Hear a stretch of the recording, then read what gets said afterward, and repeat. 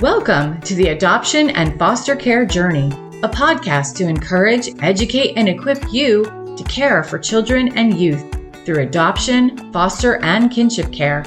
Hosted by an adoptive mom with over 22 years of kinship and adoptive parenting experience. She's on this journey with you. Please welcome Sandra Flach. Defend the lowly and fatherless. Render justice to the afflicted and needy. That is Psalm 82, verse 3. Welcome to the Adoption and Foster Care Journey podcast. I'm your host, Sandra Flach. Grateful to be with you today as we round out National Adoption Month, and we have another wonderful guest with us today.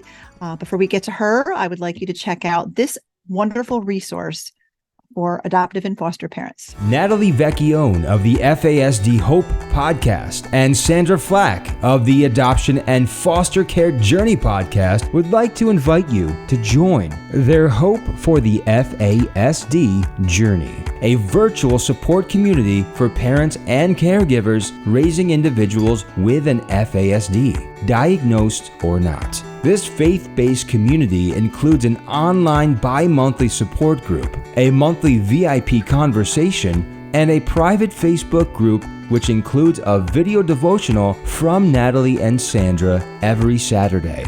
To register, visit justicefororphans.ny.org/training/FASD. In addition to our Hope for the FASD Journey support group, we've got some online and in-person training workshops available for you. Upcoming to finish out the year, we have a 1-hour lunch and learn introduction to FASD that is going to be on Wednesday, December 13th at noontime Eastern Standard Time. So we'll be exploring the primary, secondary, and tertiary symptoms of fetal alcohol spectrum disorders, as well as exploring a little bit of the neurobehavioral model, a brain-based approach to supporting and providing accommodations to help our kiddos who were prenatally exposed to alcohol.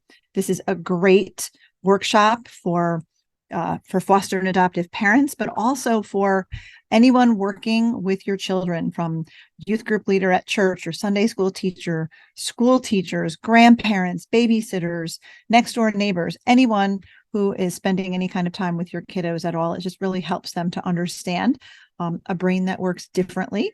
And even if it was because of trauma or prenatal exposure, this is a wonderful, wonderful resource. So I hope that you will check that out.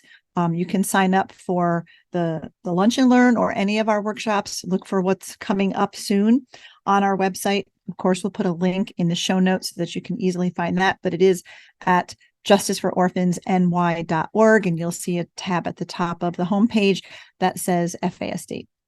So you'll check that out. Also, please make sure that if you haven't done so yet, that you subscribe or follow this podcast. We are also now releasing the video version of this podcast. So if you haven't gone over to YouTube or wherever you watch your video podcasts, check us out. Make sure you follow or subscribe there as well. We greatly appreciate it because it makes the podcast more accessible to folks who may be searching for a podcast about adoption or foster care. When you leave those reviews and when you follow it, it just helps us the algorithm. So that way it's easier to find. It'll pop up for people who are searching for it. So all those preliminary things aside, now to our guest. Excited to have with us today, Heather Dyer. Heather and her husband, Graham, recently completed a 4.5-year international adoption. Can't wait to hear more about that, an adoption journey. And they're thankful to be parents of a beautiful daughter. Through this adoption journey, the Lord opened Heather's eyes to the complex plight of orphans are facing today. Heather sees the vital role the church plays in supporting family-based care and the great impact a supportive community can have on the lives or in the lives of children. As a passionate adoptive mother, Heather is committed to helping children find loving families and understands the importance of taking a holistic approach to orphan care. And she's the executive director of A Family for Every Orphan, a Christian organization that helps orphans find care in safe and loving families in their home countries. So please welcome to the show, Heather Dyer. Hi, Heather. Hi, Sandra.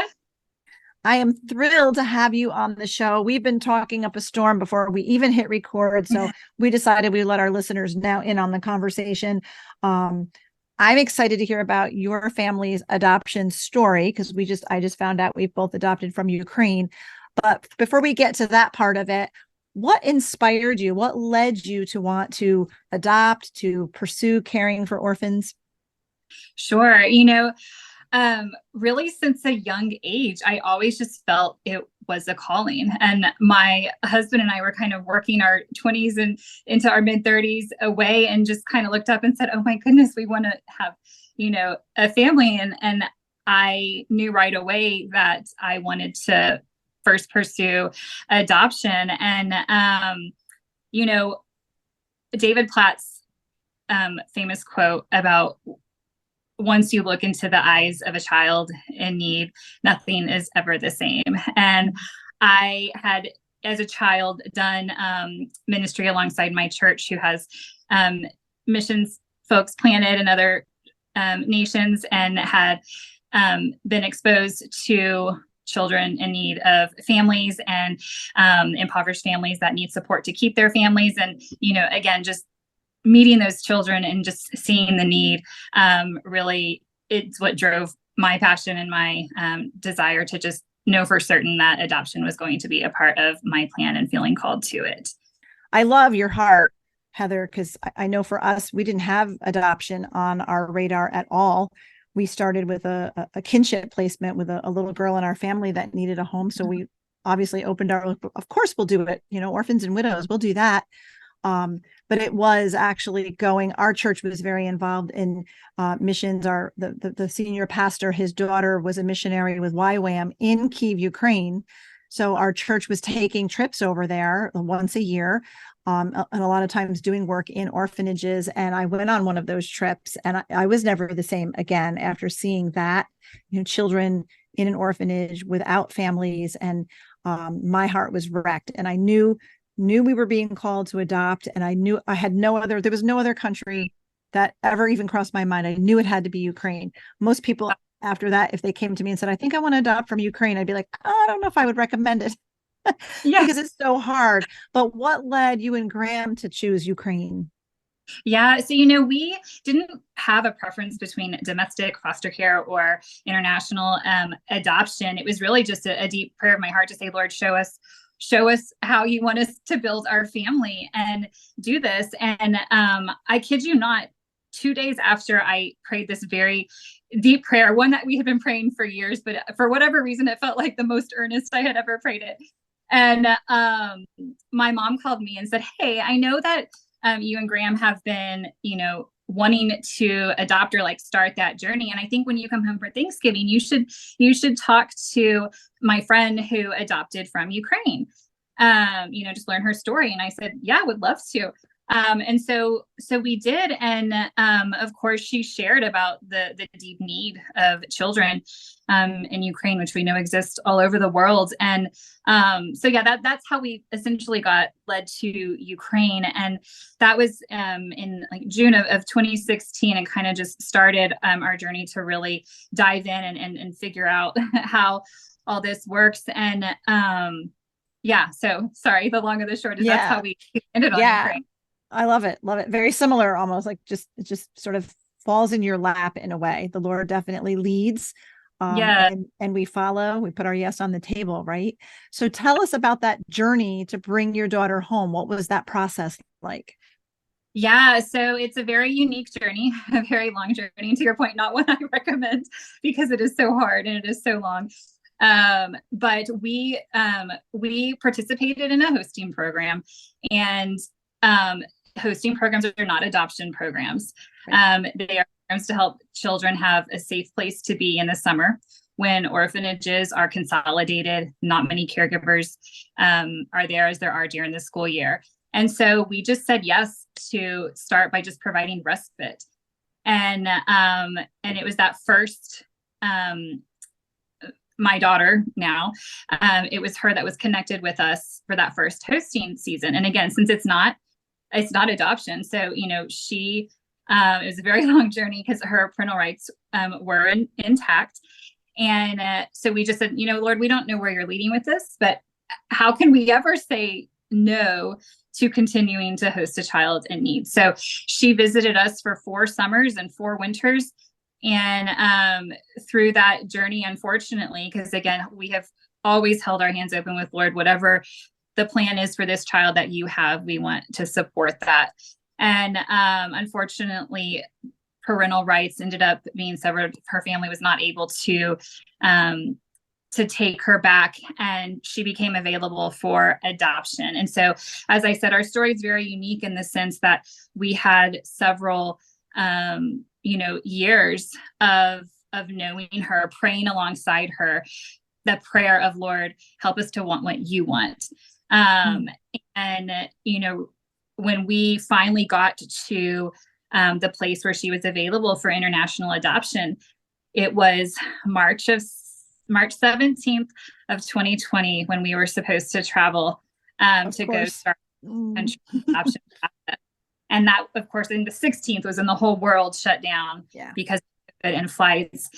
And my husband and I just looked at each other and we were, like, really, God, after all of this, we're finally at this point. And of course, at that time, fear sets in because you think to yourself, is adoption ever going to happen again? Like, what is this world pandemic we're in? Right. Will adoptions ever start? And, Ukraine was one of the first countries to open up international adoptions again in July of 2020. And so, the Lord doesn't always show us his plans or purpose for what we're going through. And I praise him that I do feel like he has showed us why this ended up being our story. Because of COVID, we did not want to get stuck in travel bans. And so we stayed for the 3-month process to be completed in Ukraine from July to October. And it was during that time that we really got our eyes opened wide to the stories of the other children in her orphanage, because we were allowed to visit her. And so we got to do arts and crafts and activities and really get to spend COVID with her and her friends. And it was there that I learned their stories. I learned,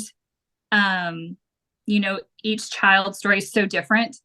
You learn about the families that probably could have gotten their children back with a little support. The ones that are just stuck in this, red tape. And it really just, I knew, looking back, I know it was the Lord giving me that time to really stir my heart to understand the plight of the orphan. And long story short, when we came back home, it was, it's hard to unsee the things that you've seen, right? And so ended up leaving corporate America to pursue nonprofit and in the orphan care space. And it's just been a clear calling and a contentness in what I get to spend my day doing every day that, had not been there before. But yeah, I definitely we're going to get to that with the work that you're doing now with the organization that you're with. But it's so interesting because when we knew that we were adopting from Ukraine, we went through and applied, submitted our dossier was over there. We had been approved for initially 2 children. That's what we were going to go for. We wanted siblings, and we were waiting and anticipating any day now we're going to be told what our travel date is so that we can go to Ukraine. And this was so January of 2006 rolls around. We had been approved in the fall. We were waiting for that date, and Ukraine closes down their adoption program to reorganize it. And we were all told, we're going to, everybody gets a registration number. We're going to pick up where we left off with the numbers when we reopen, but there was no promise of when that would be. So that was January. So, the months clicked on, all of our documents and our dossier expired, all of the notary, all of that. So we had to redo the entire dossier, all that paperwork everything had to be done over. And I was like, if I have to do all this over, I think we should adopt 4 kids, which my husband was like, the deer in the headlights, like 4. So we compromised on 3. So we updated everything. And since I had to do that anyway, we put it in for 3 kids, got approved for that. And Ukraine reopened 9 months later. Actually, it was almost 10 months later because it was October. And we learned at the end of October that we had an appointment date because things had reopened and they started issuing those appointment dates again. And so we traveled right after Thanksgiving in 2006 for our kids. And if we had gone like as soon as I wanted to go, how you're like anxious to go, my bags were packed, a whole year earlier, we wouldn't have gotten the kids that we got because we did a blind adoption. We'd never hosted. We had no idea. We had to go in and do the whole look at pictures in the book and, all of that. And the Lord made it very clear in that meeting who our children were to be. And we adopted these 3 siblings. And this whole story is unpacked in my book, but that's just it. It was like, had we gone as soon as I wanted to, right? If there hadn't been that long delay, we wouldn't have adopted the children that we have. And we know that these kids are our kids, right?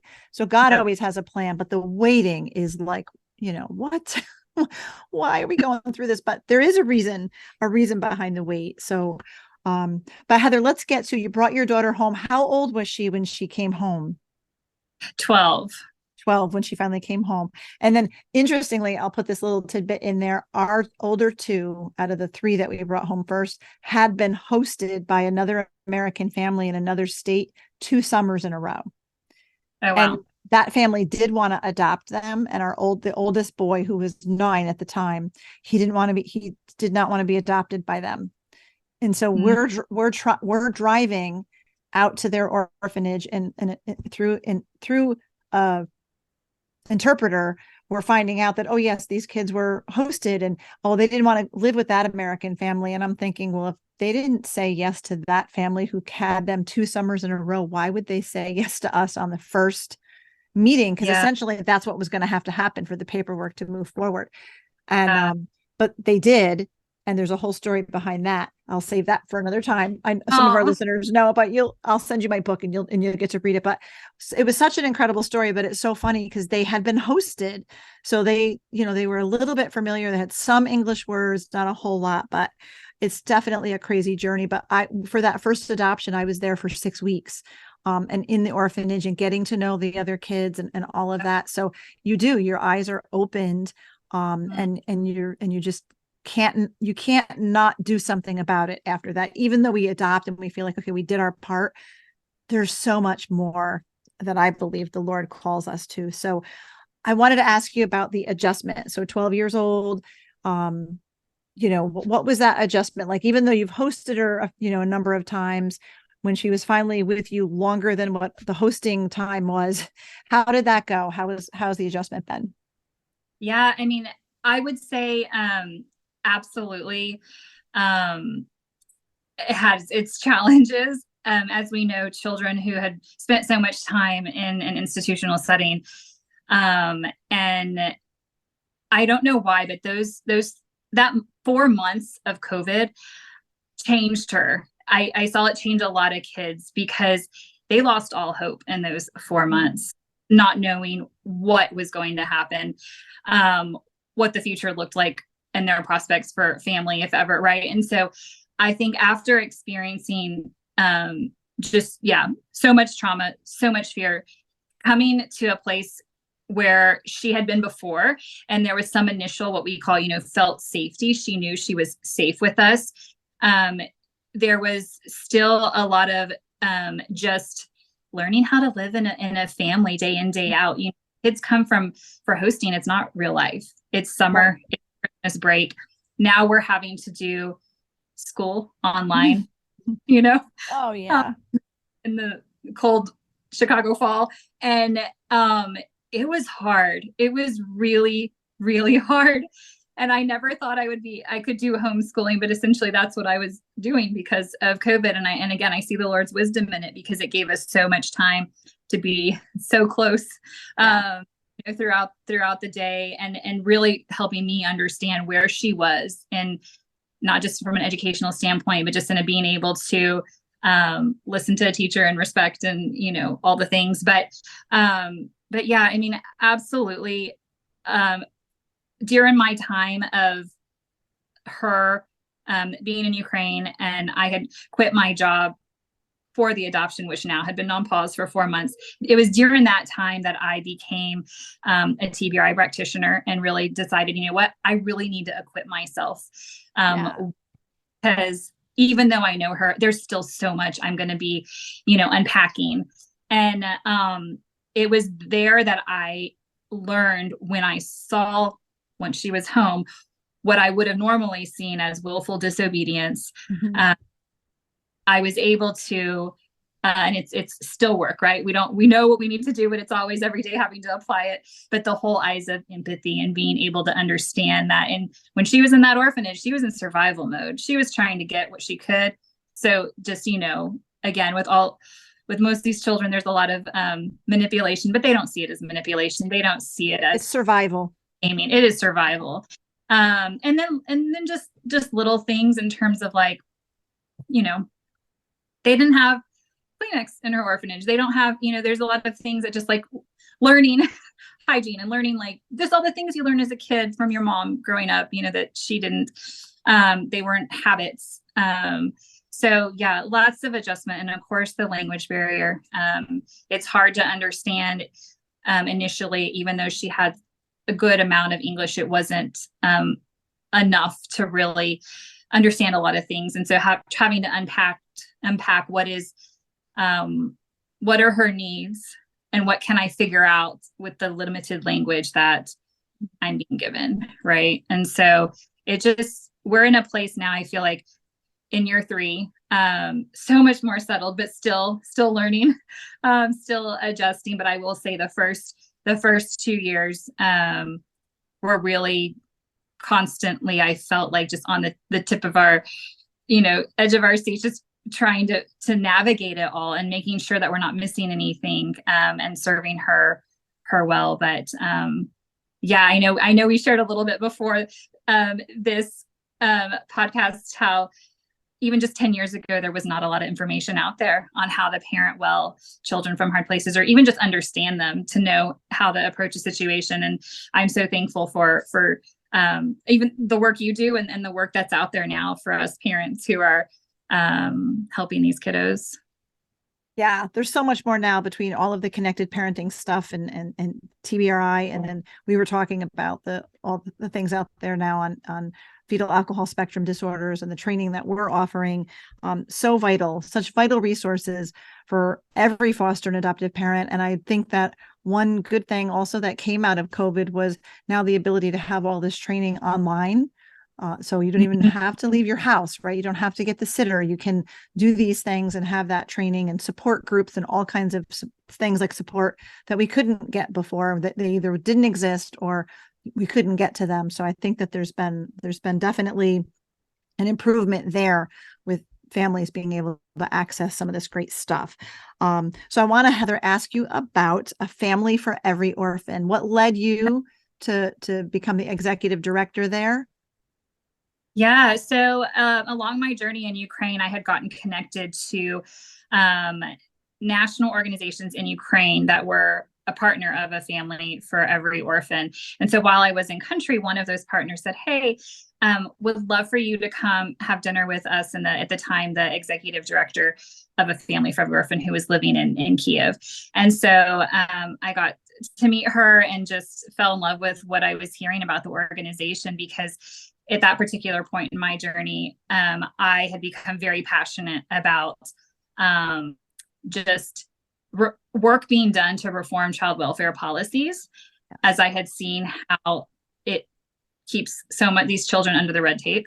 And this is an organization that focuses on that, which to me was very unique. I hadn't heard of a lot of organizations that focused on, helping get proper case management for children, or making sure social investigations are happening and helping, fuel some of that work. And so, this role became available not much longer after my daughter had kind of transitioned into school full time. I didn't know when I'd be able to go back to work, but she ended up transitioning relatively well. And so, took this role on. Wow. Love that. So tell us about the work of A Family for Every Orphan. Yeah. So Family for Every Orphan started in 2010 in Ukraine. And it started out as just a couple of folks who decided that they wanted to help children stay in their family. So it was very much just helping build an outhouse, put a roof over the head, making sure they have a boiler, because, kids can get removed from their home if the home does not stay above 65 degrees, and things like that, family preservation work. And over the years, as more relationships were built and the organization began to understand more of the situation, it started taking a more holistic approach. And so really partnering with local NGOs to that were advancing and really championing family-based care. And so these are partners that work with government leaders and with the community, and of course, directly with children, vulnerable children and their families. And so, as I mentioned, it's a unique model in the sense that it's all done through tight partnerships with local NGOs. So organizations that are on the ground, that understand the local context and have the right relationships to really drive change. And at the end of the day, they are all focused on what we call our 3 R's, helping children in this order: remain in, reunite with, or regain a family through foster or adoption. And so the type of work that they do is, again, around family preservation, so prevention, child protection, so really working with policy reform, promotion. So what we know is that a significant portion of children fostered or adopted are done so by Christians, people in the church. And so we work really closely with a large network of churches to help promote the vision of children belonging in families. And then preparing, so a lot of work to equip caregivers before and then after, because we know there's support needed on both ends. And so our mission is simply to help children find a path into a safe and loving family. And And that's in their home country. So you're working in Ukraine, and it's really to really equip and preserve Ukrainian families, or getting Ukrainian Christians involved in caring for orphans. I hit the microphone. Sorry. Talking with my hands, but I get excited about this because I've been to Ukraine, and I know, and I'll ask you shortly what impact the war has had on the children there. But are you working with in other countries beside Ukraine? Yes. So out of a couple dozen partners, half of them are in Ukraine. So predominantly Ukraine and other post-Soviet countries such as Kyrgyzstan and Romania, and then in Paraguay, Ghana, and in India. But yes, predominantly in Ukraine, given that's where the organization started. Yeah, I love that. Because I remember seeing, when we were visiting our kids in the orphanage, that there were Ukrainian families coming to visit their children, because there wasn't like a foster care system like we have here. So the children would go into the orphanage, and their birth family would go visit, because then the government orphanage could put the shelter over the roof over their head and the food in their belly, to a certain extent. But so it was like, I remember being shocked. Like, I thought all these children were orphaned, but they really weren't all orphans. No, you're absolutely right. The statistic in Ukraine is that 90% have family, have parental rights intact. And hence, to your point, our mission is to help them find safe and loving families in their home country. Of course, I adopted internationally. Every child is a different story, and there only needs to be more paths to get children in family ultimately. But what we see is that as international adoption rates are declining, and learning more about what can be done to open this pipeline or even just a little bit more to get more children in families in their home country, or of course through reunification, is where as an organization we place our focus. Wow, incredible. So I love that work, because we do a lot of here in the States. One of the things that our nonprofit does is Care Portal. Not sure if you're familiar with Care Portal. So it's very similar, right? Because we're trying to support birth families, strengthen families, keep kids in their families, or if we have to make a kinship placement. But it's a lot of that family preservation stuff, like you mentioned, the boiler or these other things to help a family be able to keep their kids at home. Very similar to what we do here in the States with Care Portal. So I love that whole concept. So now, what has been the impact of the war in Ukraine on the work that you're doing there, and really more importantly on the children, on the orphans? Yeah, absolutely. And so, so the war has impacted, of course, the children in orphanages dramatically. I think if I break down the numbers, so before the war, there was about 100,000 children in institutions. And when the war broke out, about 40,000 were sent back to their families, many of them at risk. About right now, the thought is about 20,000 were taken into Russia, and about 5,000 were evacuated to neighboring EU countries. And then there's a portion that remain in institutions in safer regions of Ukraine. So when about, I guess it was January, so almost a year ago, First Lady Olena Zelenska announced that as one of their commitments to the EU, they would be transitioning out of a system of institutional care for children into a system of family-based care. And so our dozen partners who family-based care has been something they've been championing for decades now, their work has exploded. They're doing things they've never done before at a scale they've never done before. And so it's been a very pivotal time in Ukraine for care reform for Ukrainian children. And so, of course, right now there's a big Russian focus on identifying those families who had children returned to them to make sure they are getting what they need. Because what we know is that in a time of crisis, when a family's needs are not met, that is when children are at a really high risk of being abandoned, trafficked, or going back into institutional care. And so there's this whole prevention piece, right? In terms of the most recent stat I heard was that about 67,000 children have been orphaned as a result of war. And so while many of them are still with their remaining parent, obviously we know a single mom, a single dad caring for their child and also having to find a way to put food on the table, it's very difficult for them to also care for the children. And so we know that all these children are at very high risk, again, of going into institutional care. And so a Family for Every Orphan works with a global network of large INGOs to help just drive recommendations and support Ukraine in whatever way they need to help just change their system. And so we know that starts with developing and making sure there's an awareness to why family-based care is better. Again, this is a post-Soviet country where the that has typically been orphanages, institutions can take better care of a child, mainly from the physical care and educational standpoint. But what we know, because of the past decade or so of research, is that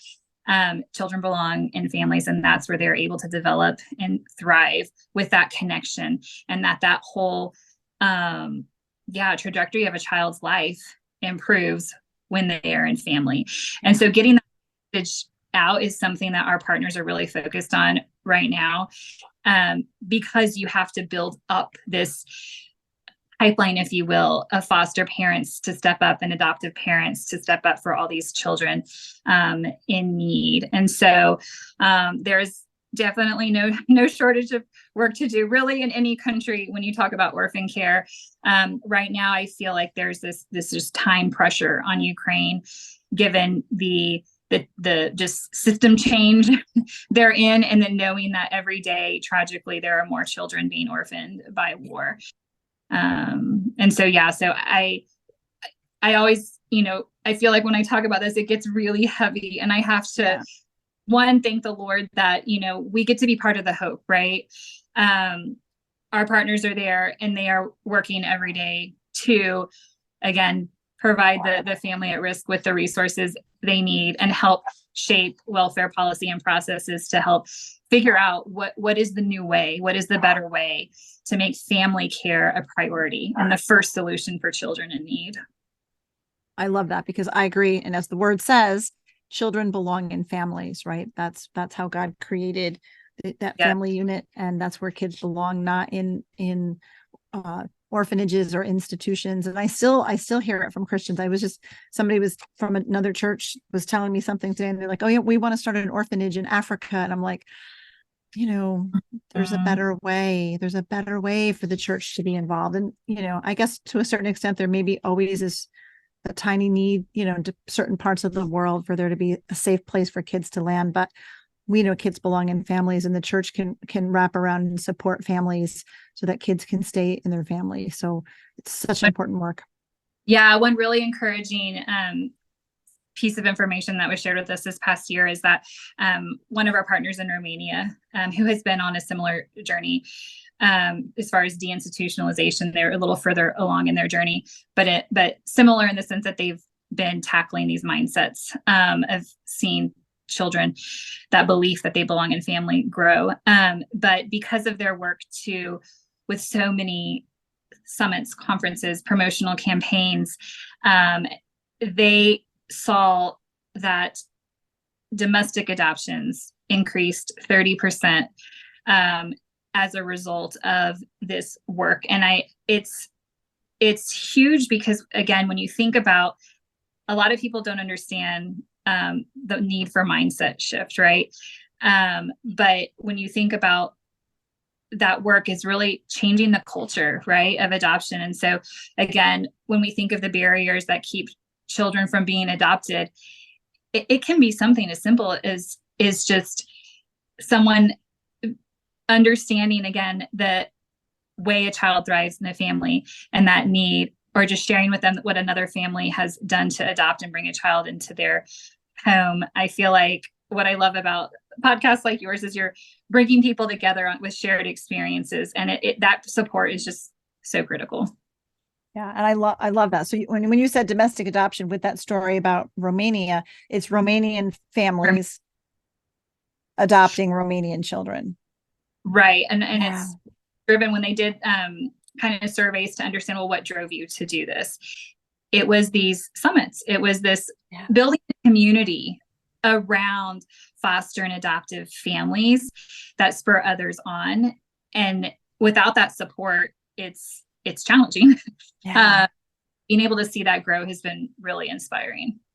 So, well, A Family for Every Orphan, such an inspiring organization. What is the website for our listeners who may want to go check it out? Sure. It's afamilyforeveryorphan.org. So very easy. We'll put a link in the show notes, of course, so our listeners can go do that.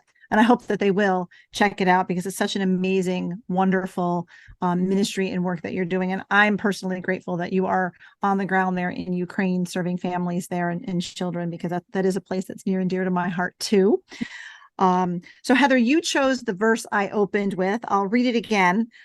Defend the lowly and fatherless, render justice to the afflicted and needy. That is Psalm 82, verse 3. Why did you choose that verse? As I mentioned, like when the Lord opened my eyes to the policy and legal barriers for children, it's really what, drove me to cling to that verse to spur my work and my passion. So there's a lot of aspects of orphan care, and I feel like I uniquely kind of saw that as something that there's just not a lot of focus on. And I think at the end of the day, restoring a sense of belonging to children in a timely manner is so critical. And it's these systems that traditionally prevent that from happening. And so that's one of my strongest heart's desire is to see systems improve, because that shouldn't be where the barriers are. Right. Amen to that. So again, Heather, foster and adoptive parents are really primarily our listeners, and you're an adoptive mom. I'm an adoptive mom, but would you would you share some words of wisdom, some encouragement for our listeners who are on this difficult parenting journey? Absolutely. I think my biggest one is just that it's a marathon, not a sprint, and to cling to the progress that you see, even if it's small, and cling to other families' progress. Because I know for me, when I felt like there was a sense of hopelessness setting in, when I hear stories of children transformed, literally their brain and their hearts and therefore behavior, from the love of a family, it's only going to get better as your child is in your family, because every day they're with you in that safe and loving environment, they are healing, they are growing. And so just trust in that. and then when you see their progress, cling to that, because there will be more of that. But it's hard in the beginning. Yeah. And I think there's also seasons of hard, depending on, ages and stages, right? But by being able to cling to other families and see the transformation in their children at different seasons, we definitely need to link arms and be together as the foster and adoptive parents, because it is a hard journey and we need to encourage one another. So Heather, love everything that you're doing on behalf of orphans, especially in Ukraine. Thank you so much for sharing your story, your family's story, and everything that a Family for Every Orphan does. We will put a link in the show notes because I know it's a wonderful ministry. I hope our listeners will go and check it out. So again, Heather, thank you so much for being with us today. Thank you so much, Sandra. It's a pleasure. Wow, what an incredible story. I could have talked to Heather all day because as we're both Ukrainian adoptive moms or adoptive moms of Ukrainian kids, we just had so much to talk about before we were recording and after when I paused it. So I hope you were just as inspired and encouraged by Heather's story as I am. And I thank you for joining us for the adoption and foster care journey today. Don't forget, we have our Hope for the FASD Journey support group. We have our online resources for parents and caregivers caring for kids who were prenatally exposed to alcohol, whether you have a diagnosis or not.